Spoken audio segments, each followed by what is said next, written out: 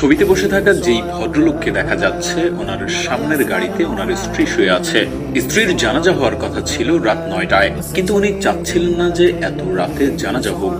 মৃত মানুষকে যত দ্রুত সম্ভব কবর দেয়া ভালো, এই ব্যাপারটা মাথায় রেখে কাউকে বলতেও পারছিলেন না যে ওকে আরো একটু থাকতে দাও আমার সামনে, আমি এখনো ওকে বিদায় জানাতে প্রস্তুত না।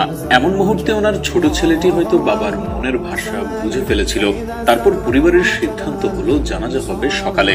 আরো কিছুটা সময় যেন স্ত্রীর পাশে থাকতে পারেন এই মানুষটি, যে সারা জীবন ভালোবেসেছেন এবং মৃত্যুর পরেও স্ত্রীকে একা ফেলে যেতে পারছেন না।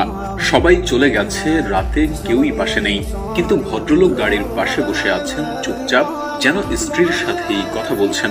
কোনো শব্দ নেই, কোনো কান্না নেই, শুধু একা নীরব সঙ্গ। তিনি যেন বলছেন, তুমি নেই জানি, কিন্তু আমি আছি, আমি এখনো তোমার পাশে আছি। এটা কেবল ভালোবাসা না, এটা সঙ্গ, এটা প্রতিশ্রুতি, এটা এমন এক সম্পর্ক যেখানে মৃত্যুর সীমানা নয়।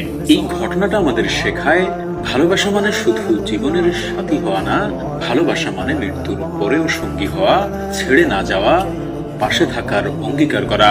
আমরা সবাই জীবনে এমন একজনকে চাই যে শুধু জীবিত থাকাকালীন আমাদের ভালোবাসা